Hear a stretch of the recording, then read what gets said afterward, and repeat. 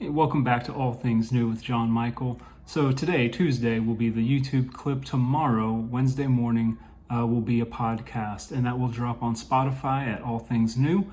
Right now, it is only available on Spotify, but pretty soon I'll get that available to as many podcast outlets as possible. And so be ready for that.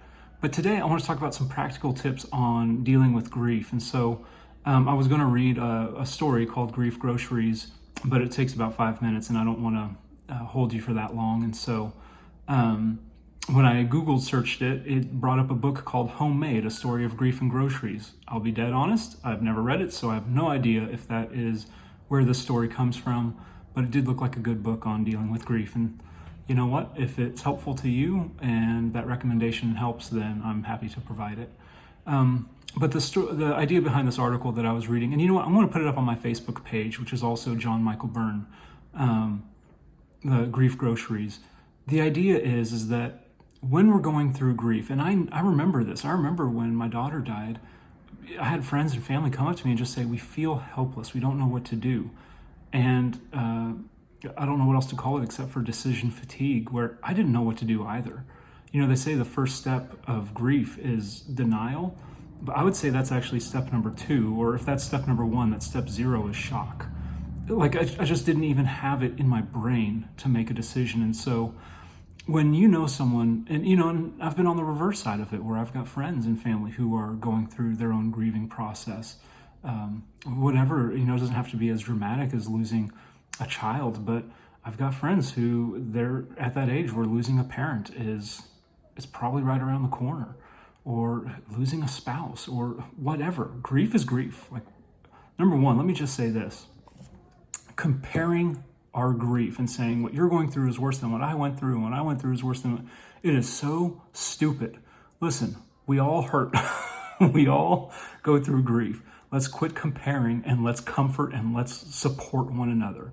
Am I allowed to say that? Am I allowed to say, let's quit comparing because it's stupid and useless and a waste of time? And when we're going through those kinds of things, we really need to conserve our time and our energy and our efforts into healing.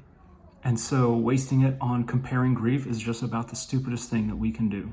Okay, that said, it is really hard to make a decision. In fact, it's not just that, like, I don't want to make a decision, it's like I can't make a decision. It's just so hard. And I get it.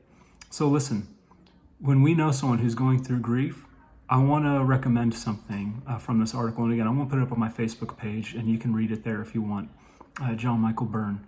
But rather than asking, what can I do for you? Because that's a big decision. The thing that I think best helps people, especially in those first few days of grief, is taking those decisions off the plate for them. And so saying something like, will you be home at 8 o'clock tonight? Because that's a small decision. If they say yes, say, okay, Instacart will be there with groceries at 8. And send them stuff. Hey, what's your favorite restaurant? What's a restaurant you like to eat out at? And send them a gift card. Because rather than, what can I do for you? And then you've just put this huge decision on their plate when their brains are shutting down as they process grief. Asking a small decision like, what's your favorite restaurant? Or what's a restaurant you like to eat that's close to home? And then sending a gift card. And so I want to recommend that as some practical help. Let's ease the burden. Let's ease the workload and the think load. And let's help one another in some practical ways by giving some grief groceries.